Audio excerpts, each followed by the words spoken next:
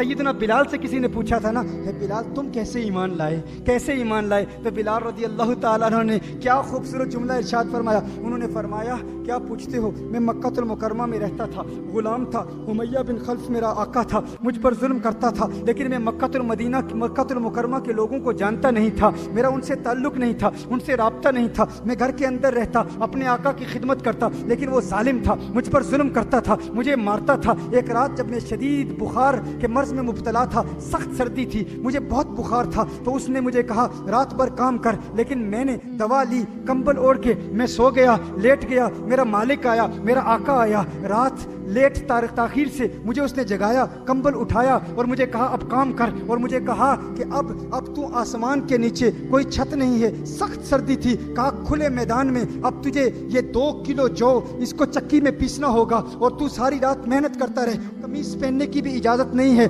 तुझे मैंने चक्की पीसने के लिए कहा था और तू सो गया। उसने मुझे कहा कि अब कमीज पहनने की भी इजाज़त नहीं, कहा शदीद बुखार था, सख्त सर्दी थी, और फिर खुले मैदान में मुझ पर जुल्म किया और कहा कि कमीज भी उतार दे। बिलाल हबशी रज़ी अल्लाह ताला अन्हु फरमाते हैं कि मैं रो रहा था, मेरी आंखों से अश्कों की बरसात जारी थी, मेरे कराहने की आवाज़ घर के बाहर जा रही थी। अभी मैं चक्की पीस रहा था, सख्त बुखार की हालत में, शदीद सर्दी थी, मैं चक्की पीस रहा था कि अचानक हसनैन के नाना का गुजर मेरे घर के बाहर से हुआ, मदीने वाले का गुजर मेरे घर के बाहर से हुआ। नबी करीम सल्लल्लाहु अलैहि वसल्लम ने मेरे दरवाजे पर दस्तक दी, आका ने दरवाजे पर दस्तक दी, मैंने दरवाज़ा खोला, कहा क्यों रो रहे हो, क्यों रो रहे हो? मैंने कहा जाइए साहिब, लोग पूछने वाले तो बहुत होते हैं, गमखार बन के बहुत आते हैं, लेकिन गम का मदावा कौन करता है, मदद कौन करता है? पूछते तो बहुत हैं। कहा मैंने ये जुमले कहे, मेरे जुमलों में कुछ सख्ती थी, मेरे जो कलाम में कुछ तर्क लहजा भी था। आका सल्लल्लाहु अलैहि वसल्लम तशरीफ ले गए तो मैंने कहा हाँ देखो ना, ऐसा ही होता है, पूछने वाले बहुत होते हैं, लेकिन गम का मदावा कौन करता है, मदद कौन करता है? हुजूर चले गए, मैंने जाते हुए देखा तो मैंने सोचा चले गए, अब वापस कहाँ आएंगे?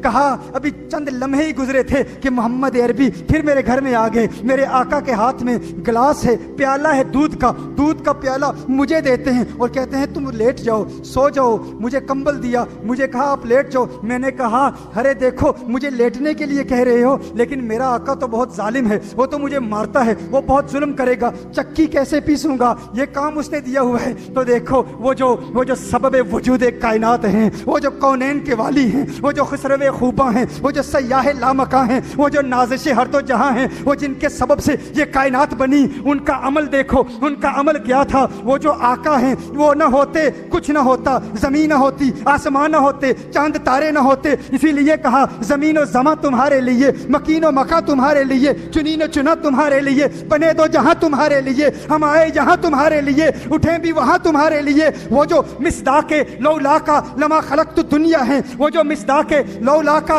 लमा खलक़तुल अफलाक हैं, अगर वो न होते कुछ न होता। इसीलिए तो कहा ना, ये सबा सनक, वो कली चटक, ये जुबान चहक, लबे जो झलक, ये महक झलक, ये चमक धमक, सब उसी के दम की बहार है। ये समन, ये सौसन या समन, ये बनफ्श सुंबुल नस्तरन, गुल सरवे लाला भरा चमन, वही एक जलवा हजार है। वो न था तो बाग में कुछ न था, वो न हो तो बाग हो सब फना, बादब झुका लो सरे विला कि मैं नाम लूं गुल बाग का, गुले तर मोहम्मद मुस्तफा, चमन उनका पाक दयार है, चमन उनका पाक दयार है, चमन उनका पाक दयार है। कहा वो जो सबबे वजूद कायनात हैं, मेरे आका। बिलाल ने पूछा, बिलाल ने कहा कि ये जालिम तो मुझे मारेगा, ये तो जुल्म करेगा। आप कहते हैं लेट जाएं, लेकिन देखो आज मैं कहता हूं हिंदुस्तान में रहने वालों, मैंगलोर में रहने वालों, अगर तुम्हारे पड़ोसी तुम्हें कहते हैं कि हुजूर दहशत की तालीम देते हैं, हुजूर नफरत फैलाते हैं, अरे देखो तो सही, वो जो सबबे वजूद